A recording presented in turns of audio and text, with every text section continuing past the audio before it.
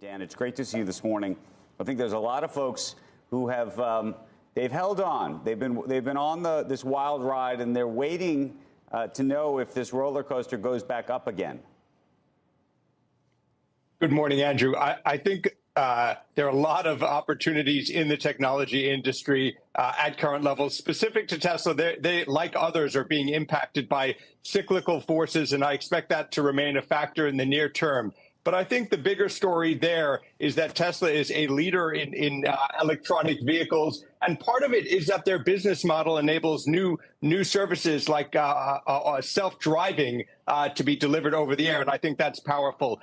Meta, which you mentioned, remains important to advertisers and to users. We're focused closely on that transition, and we prefer Google in the space given the durability of search. But we do see opportunities across the space. So if you take the big names out, where are these opportunities and who are they?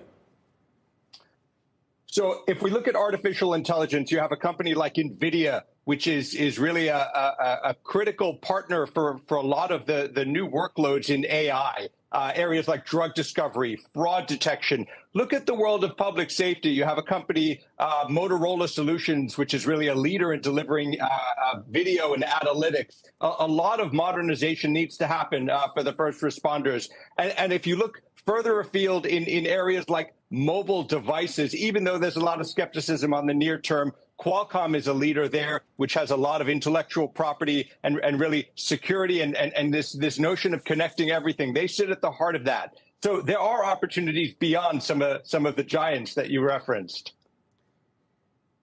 I'm wondering, though, among the sort of FANG names that have been so widely held, whether you would tell people to hold them if they're still holding them, because I do think there is this sort of contingent who, you know, we've taught people over time you're not supposed to sell when things are going down. And so for a long time, things have been going down and folks have not been selling, and what they're supposed to do at this point in the ballgame.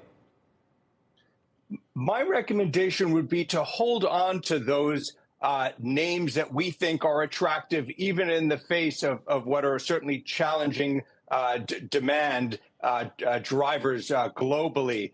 So, for example, Apple, which has pulled back along with others, their iPhone franchise remains durable. Yes, they will be impacted by demand softness in parts of the world. China, of course, remains a wild card there. If you look at Microsoft, they can't escape some of the challenges in enterprise spending, but their cloud platform, Azure, positions them well over the next. And so if one is able to hold on through what is, of course, a challenging period, I expect the market to look towards a reacceleration in the growth later this year and more so into 24 and 25. And as we appreciate the market as a discounting mechanism, which can help drive better performance for those shares, assuming there is, of course, growth and innovation. What would you do with a Tesla, by the way? Tesla, I would be a buyer here at on the current screen levels. Here. Say that again? I would be a buyer of Tesla at current levels. And thinking it goes to? I see significant upside in Tesla from current levels. I can't give you a specific number, but if the unit growth, if the automobile growth is there over the next couple of years and the free cash flow growth continues, I expect to see the shares significantly higher. It will, of course, be volatile, but if they execute, I think they will overcome some of the cyclical dynamics that we're certainly seeing in the near term.